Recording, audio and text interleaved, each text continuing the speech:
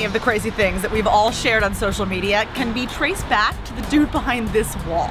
I'm standing outside of The Audience, and its CEO is Oliver Luckett. He's an entrepreneur, he's a philosopher, he's a charming Southern gentleman, and he started this company alongside Ari Emanuel and Sean Parker. So it's kind of a big deal. They are seriously playing at the intersection of celebrity and big brands and us, the audience, and they are totally changing the game.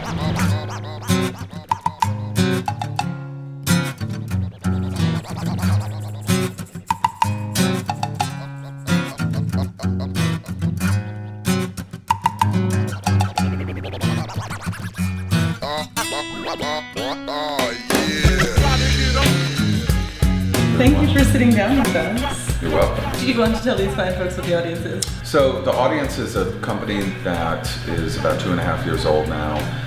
We live in Los Angeles and in London. We have about 170 employees now.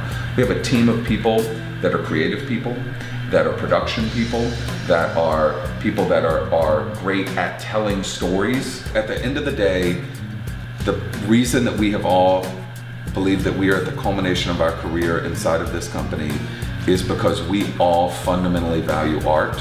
What is this creative process? When you're working with a celebrity or one of your brands, obviously part of it is figuring out their voice. What we're trying to do is sit down with an artist and say, our goal is to build you as self-sustainable as possible. Number one is we're going to protect your brand and you. Number two is we're going to make sure that your engagement with your fans is done properly. The data at its simplest form helps you from making big mistakes. The level of data that we have is extraordinary. We can see what resonates with people, what they're responding to at a mass level. And we sit down with an artist or a brand or an entertainment property and we say, what are your values? Right? What is the essence of you? Because it's the essence that resonates inside of these things. We want to get to that raw kernel of culture or expression or emotion that people can frankly want to share. You share something inside of a social system because you are expressing yourself through that action. That's why we live in a culture of mimetic replication, right? That people want to express themselves. That's exactly right. And so you can really study cultural units of currency, these little cultural bits, whether it's keep calm and carry on as a replicatable meme that you can add any keep blank and carry blank, or you can look at, the music video as an art form is a meme. Lady brings a new cup of coffee, peek on the window. She would rather keep on. Social is a very new concept to our culture. It's a new architecture.